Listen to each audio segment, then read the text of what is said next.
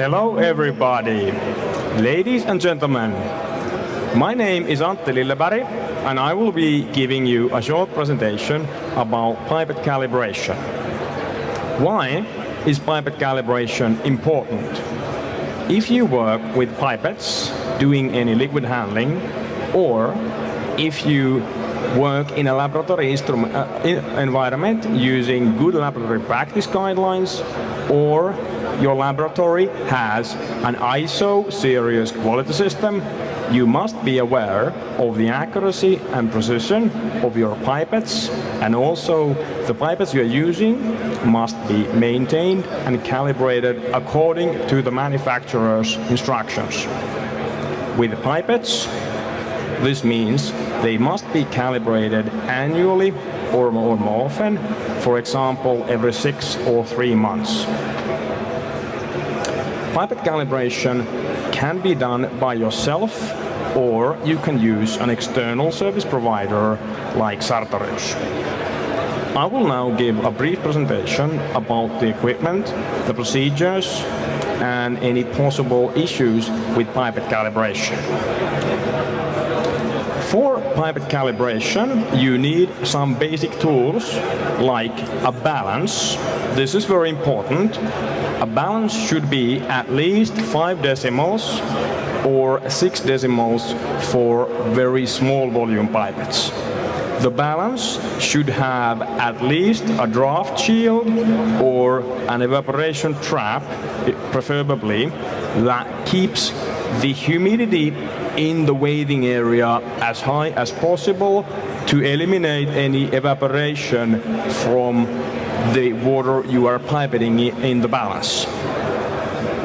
Besides the balance, you will need a temperature meter, because you need to know the temperature inside the measurement area and the temperature of the water you are pipetting, and also you need to know the air pressure in the calibration area.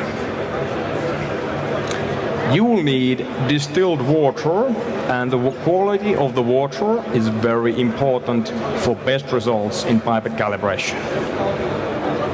You will need pipette tips, preferably the manufacturer's original tips, because they always give the best accuracy possible for your pipette calibration results. You will need a table, preferably a good sturdy table designed for analytical balances to eliminate any vibration that could affect the balance. Also, the room and the environment you are working in should have a stable temperature and should be draw-free, so there should be no flow of air through the room. So this is the basic environment and equipment you need for pipette calibration. Now I will explain to you what are other important factors in pipette calibration. Hold the pipette in your hand, either left or right-handed, whichever is your stronger hand. Pick up the pipette tips. You do not need to twist when picking up the tips. When you aspirate, which means you draw in the liquid, hold the pipette vertically, press the plunger down, and remember always when moving the plunger, use smooth movements and always at a constant rhythm, so you have a good timing and rhythm in your pipetting. When you place the pipette in the liquid, put the end of the tip 2 to 3 millimeters underneath the surface of the liquid. Release the plunger, and the pipette draws in the liquid. If you are doing this, hold the pipette vertically, but when you now pipette out, hold the pipette at an about 45-degree angle, and always pipette against the side of the vessel so that you are touching the vessel wall. So hold the pipette at a 45-degree angle, push down on the plunger, against the vessel wall, and remember to wipe off any droplets from the end of the tip against the side of the vessel. So this is basic pipetting technique that you must master if you will be doing any pipetting or pipette calibration. Also, what is important in pipette calibration is pre-wetting. So you must pre-wet the pipette 3 to 5 times before doing calibration, and this is to eliminate any evaporation of water into the pipette from the liquid you're using. So I will now pre-wet the tip 5 times, pipetting against the side of the vessel.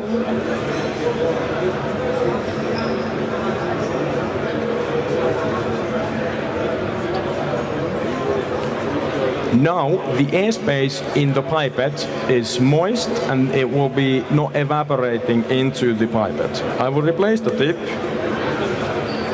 pick up a new tip, do a single pre-wetting. Now I'm ready to do pipette calibration. Pipette calibration is done by pipetting liquid 3 to 10 measurements or droplets on the balance at 1 to 3 volumes, and from these measurements we can calculate the accuracy and precision of the pipetting results. So I will now pipette on the balance. I will use a software to record the measurements and to calculate accuracy and precision.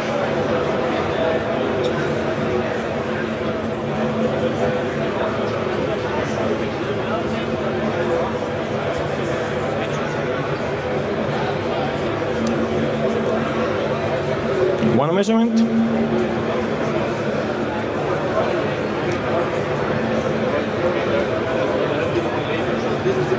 Second measurement.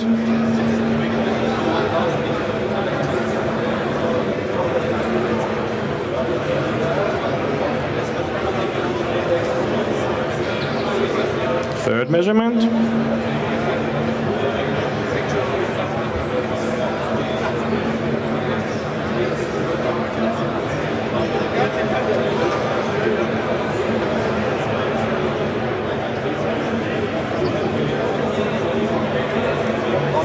I have now done 4 measurements on the balance, and I can determine what is the accuracy and precision of this pipette.